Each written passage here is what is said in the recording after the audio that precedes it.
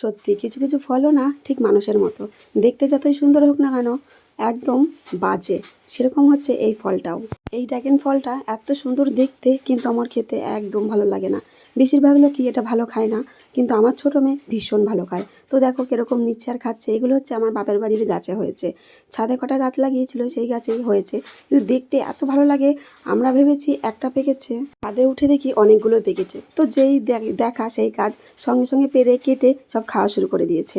আর সত্যি কথা বলতে আমার ভালো না লাগলেও পারতে খুব ভালো লাগে, খেতে যেরকমই লাগুক না কেন। তা ওখানে খাওয়া দাওয়া করে বেরিয়ে পড়লাম ঘুরতে।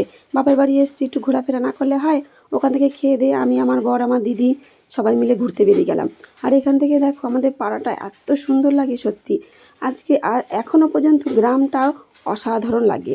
শহরে যতই লাইটিং বেশি হোক না কেন, জমজমাট বেশি হোক না কেন, মানে গ্রামের মতো সৌন্দর্য আর শহরে নেই। ঠিক বললাম তো বন্ধুরা? তো কে কে গ্রামে থাকো কমেন্ট করে জানাও। অনেক অনেক ভালোবাসা। তোমরা ভালো থেকো, সুস্থ থেকো। আমিও খুব ভালো আছি তোমাদের আশীর্বাদে। টাটা।